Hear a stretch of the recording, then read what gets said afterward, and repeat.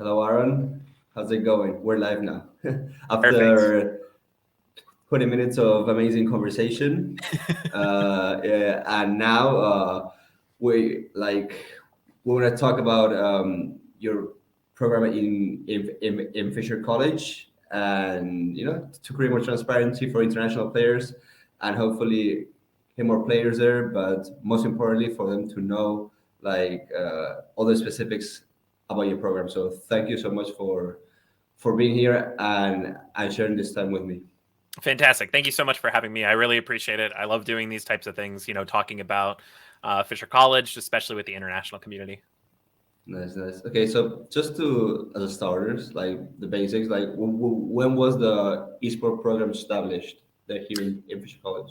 Yeah, so the esports program at Fisher kind of started back in July of 2021. So we're not even a year old in terms of our program. That being said, in the fall semester, we won about 27 trophies. That encompasses a bunch of championship, conference championship, national championship. So we're already one of like the top winningest programs in collegiate. So we're really excited about, what we've been doing. Great. And how many teams do you have inside your program? Yep. So we pretty much compete in about 9 titles. We are looking to add a few more just as the years go in.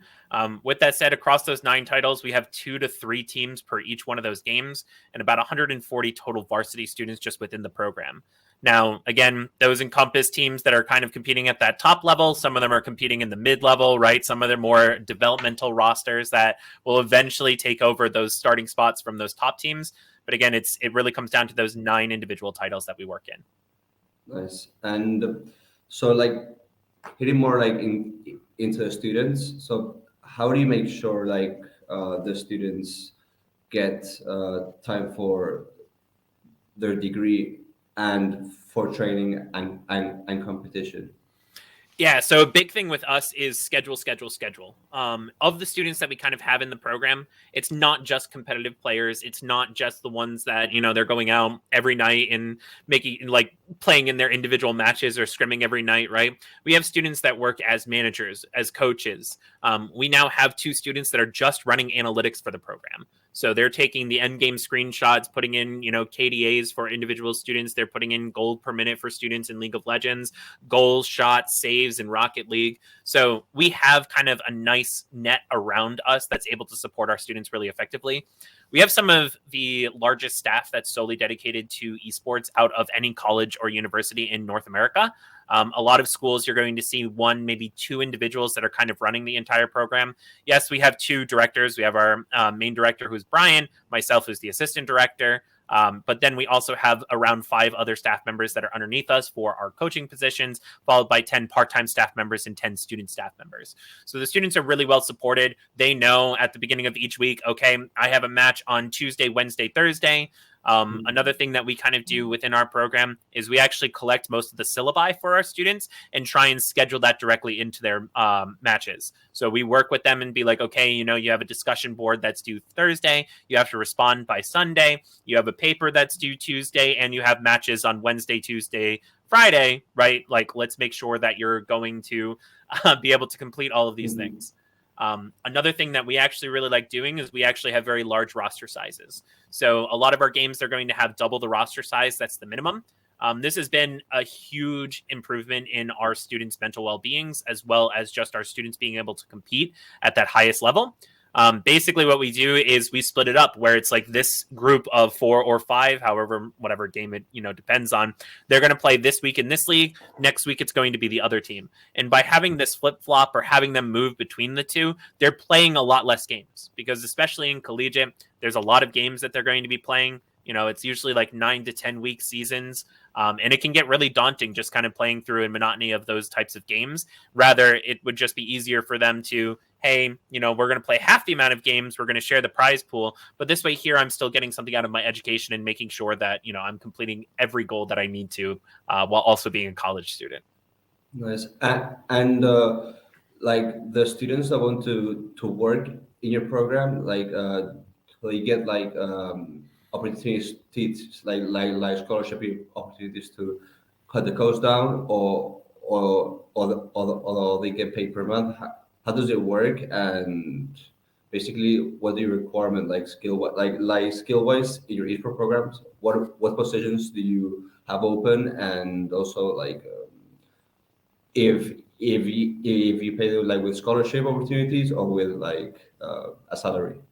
Yeah, so for us, it's a little bit of a mix of both. So all of our students that are in that program have some form of an esports scholarship. Some are very small, some are very large, right?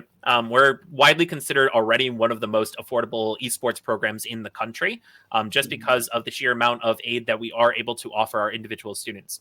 We do obviously have a per skill basis. We also have, a lot of other metrics that have to go into things. If we don't necessarily need a role for League of Legends or a role in Overwatch, we may not be looking for that, even though that person is a fantastic player. Unlike a lot of other esports programs, when we make a commitment to a student, we're making a 4-year commitment to that student, right? We want to make sure that they're going to be able to come into the university, complete their degree, and move on to either their professional world, their professional player world, or, being able to find a job in whatever industry they might want. So we do offer a ton of scholarships just to make sure that the university is affordable, especially because that sticker price is always very scary when we first talk to some of these individual kids. College is not cheap. So, we always like to make sure that they're well taken care of. In addition to that, too, yes, we have opportunities to work for the program. Again, a lot of the jobs, they are very experiential. So they are going to be getting paid a decent amount, but a lot of it is you're going to help run, one of the teams, right? We do have some of our managers that they are getting, a federal work study for those individual students, or sometimes they're just cleaning the arena, right? Gamers can be a little messy, so we need to make sure that our spaces are clean and just making sure that we're cleaning up the entire arena. But what's really unique about our program is we're very involved with the community that's in the surrounding area. We have very close relationships with a lot of the professional organizations that are in Boston, such as the Boston Uprising, Oxygen, the Boston Breach, right? We also have some ties with other external tier 1 organizations. And the best part about that is we're able to get a lot of opportunities for our students. Last year at PAX, we had a bunch of, players. They were working pretty much over the summer for, being able to go to those types of events. But more importantly, the Boston Breach Major 2 that just happened in Boston, we had about 17 students that were working that event. Just as tournament organizers, as, like salesmen, right? They were actually working with Optic Games and, doing the Optic Games store directly, on the premises. So these students are able to still gain other types of outside experience just because they're able to, leverage it within our program. Great information. And why is it that Fisher College went all in with esports, like with the esport program? Because I like the opportunities you give with scholarships to students. Some soccer players that in the past we contacted with the coaches there didn't have like mainly a lot of, maybe it was because of the timing, but didn't have like a lot of scholarship opportunities compared to like the esport program. So what do you think that the university went all in with the esport programs? Maybe it's because of you guys, but like what did you make them see? Yeah, I mean, so a big part of it is making them see that, this is something that has been growing throughout the years. It's a multi-billion-dollar industry that they haven't necessarily been able to cap at. When we look at, how colleges ended up realigning back in 2008, doing a little bit of history and everything. But, after the housing market crashed, a lot of schools were struggling. There was a lot of schools that closed. And even now, there's something called the enrollment cliff, which a lot of schools are very terrified of. So yes, there is a piece that kind of encompasses it with the recruitment opportunity and looking at this as a marketing opportunity, but it's also looking to bring people that necessarily weren't looking at college or, in 5-10 years may have said, hey, what am I actually going to do with the rest of my life? Right. Myself, I started as a player when I was really young. I was 13 going to tournaments. And unfortunately, I quickly saw that I wasn't ready to compete at that top level. I need to go to college. I need to do something, got my degree, and went from there. But a lot of these students, right, they're already competing at that really high level. They're trying to make that push for the professional scene. And we're trying to make them realize that, there has to be something after that professional scene, whether it is you are working in the industry or, you continue for a long time being a professional player, whatever it might be. We see that as an opportunity to say, hey, let's come offer you an opportunity to earn your degree through Fisher. Let's help you. You're going to help us with a little bit of marketing and everything for the university. And we're pretty much going to be able to go from there. So it's, helping as many people as we can get to that next step in their career. That's amazing. That's amazing, Aaron. And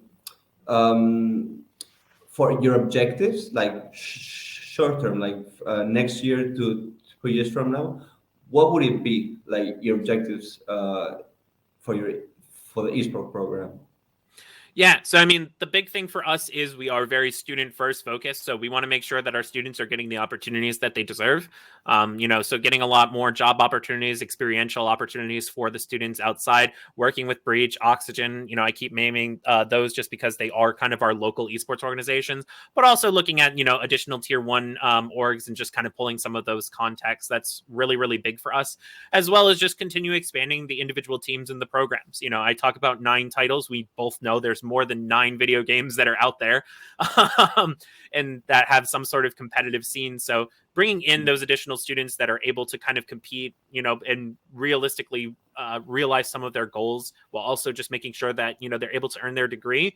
And in 4 years, when they get out, they're going to be prepared for the real world and going into some sort of professional career that matches, up with whatever they studied. They may want to go into a professional career that is in esports. And so, making sure they have that experience, or maybe they do, get out in 4 years and say, hey, I'm still good enough. I'm going to go be a professional player. And they're making, an opportunity with them being a professional player, but they gain some sort of skills over those 4 years that gives them more marketability that, they can eventually go to an employer and say, hey, look, I am not only this professional player that has honed a lot of, time management, organizational skills, working with the team skills, but I also have this degree that says, hey, I did 4 years of this. I am qualified to do Y.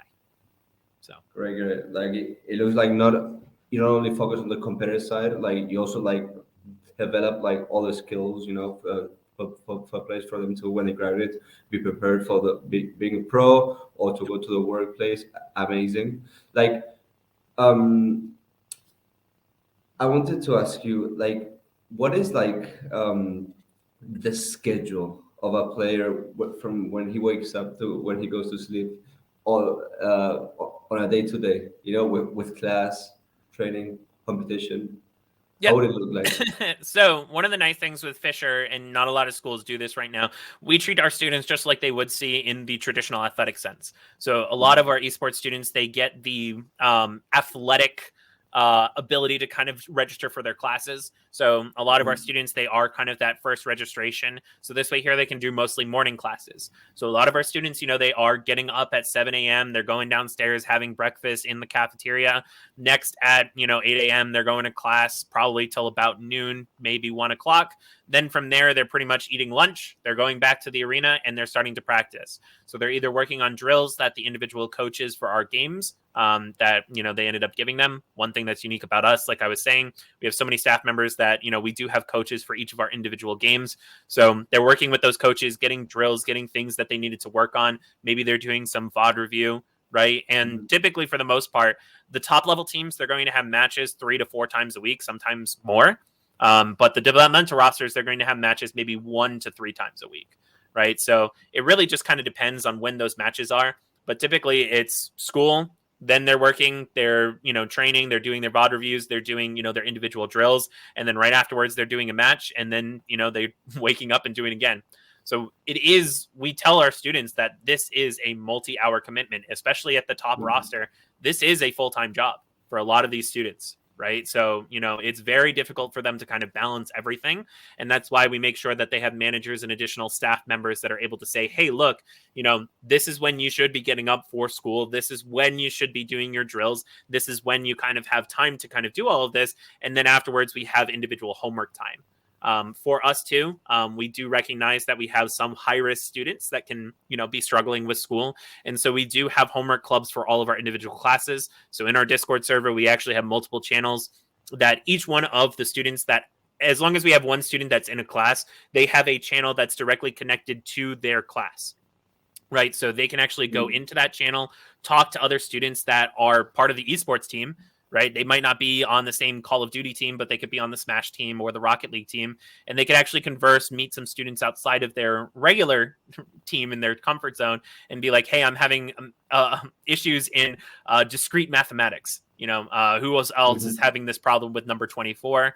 They'll usually, help share and kind of work together and make sure that, hey, everyone is kind of being lifted up at the same time.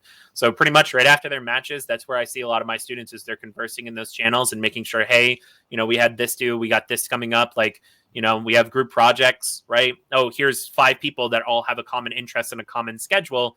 Put them together in a group project. That is very smart and a great way for student for helping students. It's the first time I hear from an esports program, so very good, very good. Excellent. No, it's not very good, very good. And also, did you require a minimum GPA to be in the program, or a passing grade is enough? Or how do you keep those players motivated to also excel in their academics? Yeah. So one of the things, we typically have a 2.0 GPA. That's kind of the standard that it's been for a lot of these games. There are certain games like Overwatch that actually has a higher GPA requirement to make sure, because, we typically go by what the leagues recommend. So there's a ton of different leagues, ABC being, the largest Overwatch league. They do require 2.5. So sorry, Overwatch, you guys got to get a 2.5. Everybody else pretty much, has that standard 2.0. With that said, we do recognize students that do very well in classes. So we have something called the director's list, which so in the fall semester, we had about 95 kids in the program. 44 of the kids made the director's list. So the director's list is anyone who has a 3.0 or higher. They're essentially entered into a raffle where they can get a Dunkin' Donuts gift card. Right. It's a small thank you to those individual students to try and keep them motivated. Right. But we have that expectation that, again, these students are going to be, highly competitive within their game, as well as making sure that they're keeping up with their academics just because of the amount of support that we have for them. Great, great. And now for those players that are interested in knowing more and contacting you for the esports program, what are you looking for in a player? I know it depends on the video game, but in general, what do you looking at in a player that you say, okay, this player is gonna fit with my other players in the esports program, the philosophy, the values, his coachable, what are you looking for in a player? Yeah, I mean, you touched on one of the big ones, which is the coachability and the, ability to kind of approach us, right, with any issues that they might have. A big thing that we do look at is we do look at history between teams. And if we see that there's someone who's kind of a journeyman and they're jumping team to team to team to team, we have this question as to, okay, why is that, right? Some games it's a little bit more, common, like Rocket League, where they are jumping to multiple teams, right? But something like League of Legends or Overwatch, where they typically will have a year contract. Well, if you ended in 6 months, what happened there, right? So we are looking at individuals that have the team experience. We're not just looking at, the person who's the top of the ladder. I think that's where a lot of esports programs in collegiate, particularly, and they mess up a lot of the times, is that they are just going to go right to the ladder and be like, all right, who's rank 1 on the ladder? Let me reach out to that individual. They've never been on a team. They've only been playing. They've never had to confront other people working together. They may have chat bans, right? Just within League of Legends itself, just using that as an example. So, we are obviously still looking at that high rank, but we're also looking to see, what type of team experience do you have? What kind of team player do you have? I always can tell if a student is going to be a good fit for the program if they're asking good questions and, when we have an initial interview. Every single student that's kind of in our varsity program, we do about a 30-minute interview with them just to talk about the school, see what they're about, see what their goals might be, answer any questions they might have about the school. And then we talk about what next steps kind of entices. That's, the big top level players. We do also have our secondary rosters, our academy rosters, our developmental rosters. So we are looking for people that are kind of hungry to improve, and that realistically they say, okay, what is a tangible goal that you're looking to meet? And then, okay, well, this is how Fisher College can actually help you meet those tangible goals. We had a player, and I love using him as an example. He came to us. He was going to be a substitute on the Overwatch team. We had someone who actually backed out last moment on the Rainbow Six team. And I knew that he had played Rainbow Six a little bit, but never, professionally. But I knew that he had those really clear skills. And as long as he was put into a good team environment, he would be able to kind of succeed. And, just this past season, they ended up getting 3rd in North America for Rainbow Six. just having someone who, didn't actually play the game before. And that was for the big league. They also won a couple of smaller leagues on top of that. I'm pulling up his KDA because we actually track those stats, and he has the third highest KDA on that roster right now. So again, big shout outs to that player just kind of stepping up. And it's those types of people that we're really looking for, is that they're going to kind of step up and, be able to fill the roles that we need them to fill. Nice.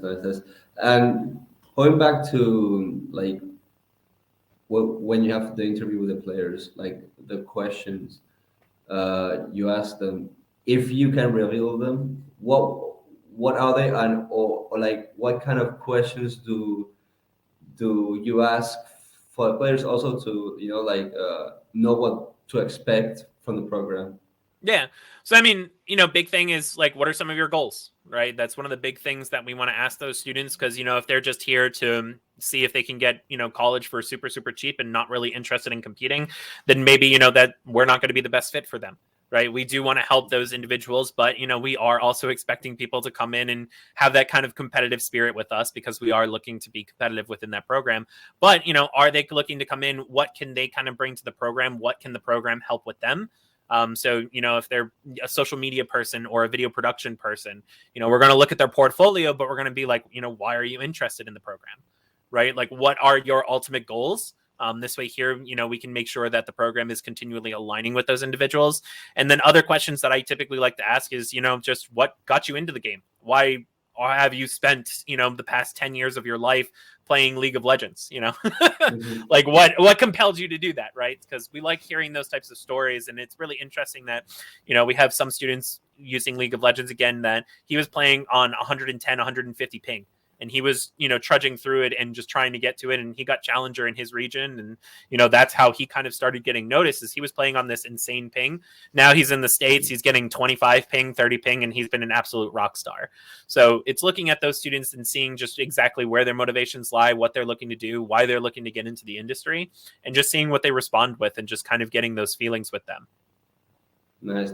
I mean, and also like, it's important for this question is important for the families, but also like the players, like for good academic and esports players, like you give them substantial scholarships if they deserve it. But Mm-hmm. what are their responsibilities once in the esport program? Like what do you expect from them? Academically, esport behavioral wise. Yeah. So, I mean, a big thing for us is, I love the saying, you can lead a horse to water, but you can't force them to drink.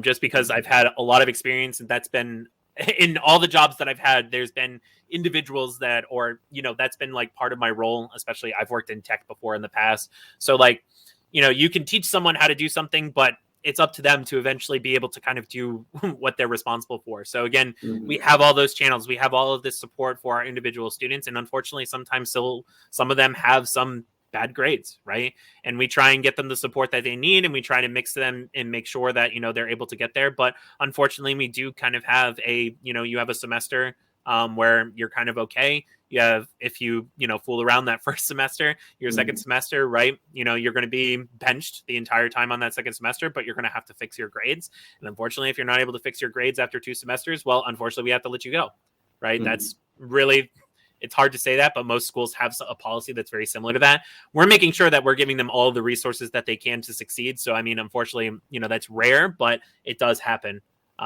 With that said, though, again, it's not only just about maintaining their grades, it's maintaining that competitiveness, right? If we have a student that isn't happy and working in their game, we typically try to work with them and say, okay, like, let's find something else that you might be able to do. Let's find another avenue for you to kind of still participate in the esports program. And this way here, once you're ready to kind of compete again and move forward, let's go from there. We do work with a multitude of individuals just periphery to the campus. So we do have someone that has been working with our students in terms of their mental health. It can be incredibly stressful just trying to compete at that top level while also doing school, while some of these kids do have part-time jobs that they're able to kind of have on the side. So it can be really, really difficult for them. So it's just making sure that we're able to support them as best as they can. And then kind of the rest is on them. We do have, very clear policies in line 2 about social media, and also just making sure that these students are representing the school and making sure that they understand that, hey, everything that you say can be a reflection on us, regardless of, what you kind of put in a Twitter bio, but just making sure that, they understand that there can be consequences to some of their actions. And most of the times, once you end up talking to these students, we have phenomenal students that are part of this campus. So honestly, just having a, 30-second conversation with them and being like, hey, what's going on here. They typically are able to kind of correct that behavior, and we make sure that we're working with them and monitoring them and making sure that they have every resource that they need. Okay, great. And also, I don't know if I'm going a bit off track, but you're talking about the players. Like, how do you manage the nil deals? The deals that athletes get with, like, usually the universities get, also like on it. With the student. Do you manage that? Because I've also seen, like, I don't know if in Fisher College, but like in other programs that some like Rocket League player got like a nil deal with, and now he's going to work with companies. Do you let them do that? Is it very time consuming for them, or do you want them to just focus on academics and esports?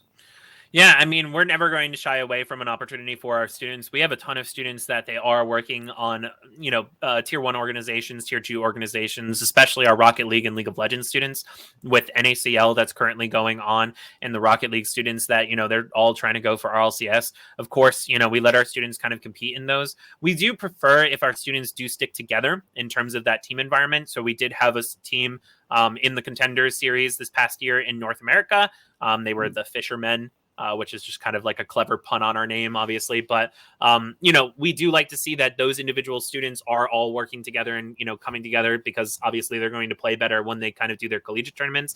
But if a student has an opportunity, they need to go for that opportunity. Like, if that is their dream and that's our goal, right? We already, talked about how at the beginning, we talk to each one of these students. We say, hey, what are your goals?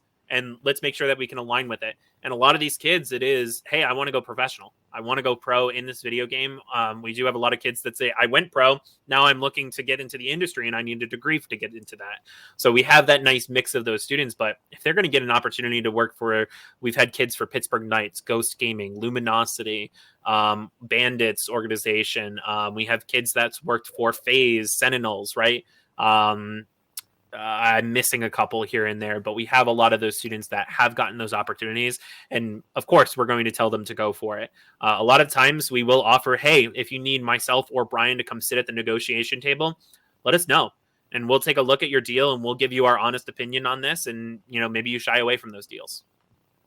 Great. And not like any more, like also like in the facilities part of the research program, like outside, like university wise, the US has like the most like college, best esport facilities, like hook up talk us about, like, more specifically, about the facilities that Fisher College has. Yep. So our current facility is actually a temporary facility. It's pretty small, but we have 30 computers that are in that facility, about 2,000 square feet. It's 240 hertz monitors, 1 millisecond response time. All of them are 27-inch monitors. The computers are 3080 Ti graphics cards, 64 gigabytes of DDR4 RAM, right? Or 32. Sorry, there are 32 right now of DDR4 RAM. All that kind of basic stuff that you would really hear from a lot of the programs that are in the US. We are getting our secondary space. We're kind of looking at this big 3-year plan. Next year, we should have a space with about 70 to 100 computers just in that facility, just because we have so many kids on campus.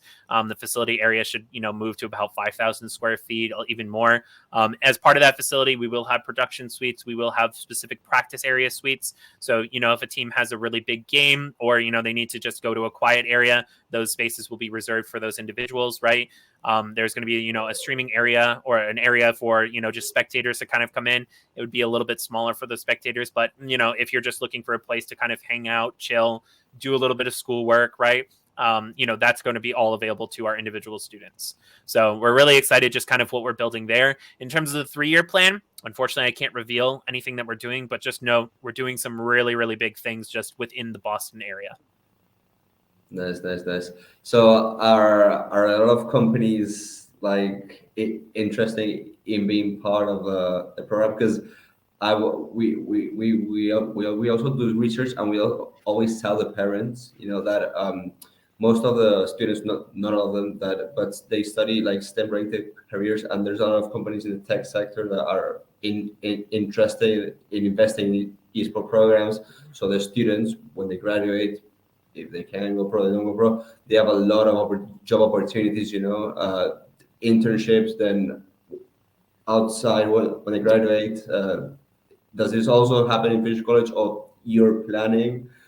Just vaguely say yes or no. I don't want it. Let's not Of get into course, no, you're all set. So details. yes, we do have a couple of sponsorship deals that we are looking to line up.